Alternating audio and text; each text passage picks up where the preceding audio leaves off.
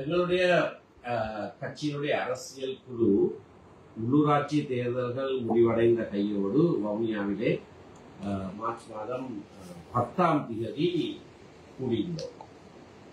அன்றைக்கு நாங்கள் எடுத்த தீர்மானங்கள் அன்றைக்கே பகிரங்கமாக அறிவிக்கப்பட்டது. அன்றைக்கு எடுத்த தீர்மானங்களிலே நாங்கள் ஒரு கோட்பாட்டை முன்வைத்திருந்தோம். அதாவது எந்தெந்த சபைகளிலே எந்த கட்சிக்கு அதிகூடிய ஆசனங்கள் இருக்கிறதோ அவர்களுக்கு 50% மேற்பட்ட ஆசனங்கள் இல்லாவிட்டாலும் அதிகூடிய ஆசனங்கள் எந்த கட்சிக்கு இருக்கிறதோ அந்த கட்சி நிர்வாகத்தை அமைப்பதற்கு மற்ற கட்சிகள் ஆதரவளிக்க வேண்டும். இது 2018ஆம் ஆண்டிலே கூட நாங்கள் சொல்லியிருந்த ஒரு கோட்பாடு. இதனை நாங்கள் சொல்லுகிற போது இன்னொரு விடயத்தையும் தெளிவாக சொல்லியிருந்தோம். இது தமிழ் தேசிய கட்சிகளோடு மட்டும் நாங்கள் செய்கிற நிர்வாகங்களை அமைப்பதிலே எந்த விதமான குளறுபடியும் ஏற்படக்கூடாது. அதை சுமூகமாக செய்வதாக இருந்தால் மக்கள் ஆணையை மதித்து எந்த கட்சிக்கு அதிகூடிய ஆசனங்கள் இருக்கிறதோ அந்த கட்சி நிர்வாகத்தை அமைப்பதற்கு ஆதரவளிக்க வேண்டும் என்பதுதான் எங்களுடைய நிலைப்பாடு. அதை பகிரங்கமாக பல தடவைகளிலே சொல்லியிருக்கிறோம். நாங்கள் எவரோடும் சேர்ந்து கூட்டணி அமைப்பதாக சொல்லவில்லை. எங்களுக்கு அதிகூடிய ஆசனம் உள்ள இடங்களுக்கு மற்றவர்கள் ஆதரவளிக்க வேண்டும் என்பது எங்களுடைய நிலைப்பாடு. சில இடங்களிலே கூட்டணி அமைத்திருக்கோம். விசேஷமாக திருவண்ணாமலையிலே ஸ்ரீலங்கா முஸ்லீம் காங்கிரஸோடு ஒப்பந்தம் கைச்சாத்திடப்பட்டிருக்கிறது. அது பகிரங்கமாக செய்யப்பட்டிருக்கிறது. ஊடகவியலாளர் சந்திப்பு நடத்தப்பட்டிருக்கிறது. அதே போல ஸ்ரீலங்கா மக்கள் காங்கிரஸோடு பேச்சுவார்த்தை நடத்துகிறோம் என்பதை நாங்கள் பகிரங்கமாக சொல்லியிருக்கிறோம். வவுனியாவிலே ஒரு ஊடகவியலாளர் மாநாடு நடத்தப்பட்டு அங்கே கழகட்சிகளுக்கு இடையே ஏற்பட்ட இணக்கப்பாடு வெளிப்படையாக சொல்லப்பட்டிருக்கிறது. அது எப்படியாக நிர்வாகங்களை நாங்கள் பகிர்ந்து கொள்கிறோம் என்பது சம்பந்தமான கூட்டணி என்று கூட சொல்லலாம் அமைக்கிற செயற்பாடு. ஆனால் யாழ்ப்பாணத்திலே நாங்கள் நடத்தின 3 சந்திப்புகள். ஒன்று ஜனநாயக தமிழ் தேசிய கூட்டணி, அவர்கள் என்னை சந்திக்க வேண்டும் என்று கேட்டபோது நான் சுன்னாகத்திலே அந்த வழியிலே இருந்த காரணத்தினாலே சித்தார்த்தன் அவர்களுடைய வீட்டிலே சென்று அவர்களை சந்தித்தேன். அதைத் தொடர்ந்து அவர்கள் என்னுடைய வீட்டுக்கு வர வேண்டும் என்று கேட்டு என்னுடைய வீட்டில் தலைவர் சிவஞானத்தை சந்தித்தார். அந்த வேளையிலே இந்த கோட்பாட்டை தான் நாங்கள் முன்வைத்தோம். எங்களுக்கு அதிகூடிய ஆசனங்கள் இருக்கிற இடத்திலே அவர்கள் எங்களுக்கு ஆதரவளிக்க வேண்டும். அவர்கள் அதுக்கு இணங்கினார்கள். ஆனால் மேலதிகமாக சில சபைகளில் கேட்டுள்ளார்கள். திரு கஜேந்திரகுமார் பொன்னமடத்தோடும் திரு கஜேந்திரனோடும் நடத்திய பேச்சுவார்த்தை நாங்கள் அதைத்தான் சொன்னோம். நாங்கள் ஒரு எதையும் பேசவில்லை. பொன் உடன்பாடு பற்றி நாங்கள் பேசுகிறது தெளிவாக சொல்லியிருந்தோம். இந்த நிர்வாகங்களை உருவாக்குவதிலே குளறுபடி இல்லாமல் இது செய்யப்பட வேண்டும் என்று அவர்களிடத்தில் கேட்டோம். அவர்களும் அதற்கு இறங்கினார்கள். ஏனென்றால் அதற்கு சில நாட்களுக்கு முதல் கஜேந்திரகுமார் பொன்னம்பலம் அவர்களே தானாகவே அதே கோட்பாட்டை பகிரங்கமாக முன்வைத்திருந்தார்.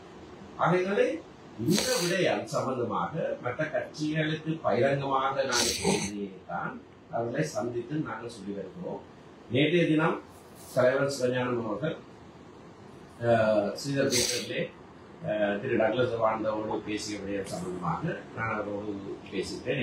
என்ன சொல்லப்பட்டது என்று அவர் பற்றி நான் வினவினேன். இதே விடயத்தை தான் சொன்னதாகத்தான் சொல்லியிருக்கார். 20 நிமிஷத்துக்கு மேலே தொடங்கி இருக்கவில்லை.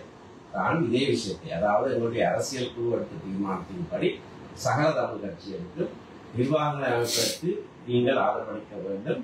எங்கெங்கே எங்களுடைய கட்சிக்கு அதிகூடிய ஆசனம் இருக்கிறதோ அங்கே நாங்கள் நிர்வாகங்களை அமைப்பதற்கு நீங்கள் ஆதரவளிக்க வேண்டும் என்ற கருத்தை அவரிடத்தை நேரடியாக சொல்லி வைத்திருக்கிறேன் என்பதைத்தான் எனக்கு சொல்லியிருக்கிறார். இப்படியாக சகல கட்சிகளோடு நாங்கள் பேச்சுவார்த்தை இது சம்பந்தமாக பேச்சுவார்த்தை நடத்துவது கூட்டணி குழு அல்லது கூட்டணி அமைப்பதற்காக அல்ல. இந்த கோட்பாட்டை நாங்கள் முழுமையாக அமல்படுத்துவதற்காக அவர் எனக்கு சொன்னதன் அடிப்படையில் அதைத்தான் கட்சியுடைய தீர்மானத்தின்படி அதைத்தான் நான் செய்திருக்கிறேன் என்று சொன்னார். ஸ்ரீதர் தியேட்டர்களுக்கு சென்று அவர் சந்தித்ததை பற்றி பலர் விசனம் தெரிவிக்கிறார்கள். அதை குறித்து நான் அவற்றை கருதினேன். நாங்களாக ஒரு கூட்டத்தை கேட்டு சந்திக்கிற போது அங்கே அவர்களுடைய இடத்துக்கு சென்று சந்திப்பதெல்லாம் முறை என்பது அவருடைய கருத்து.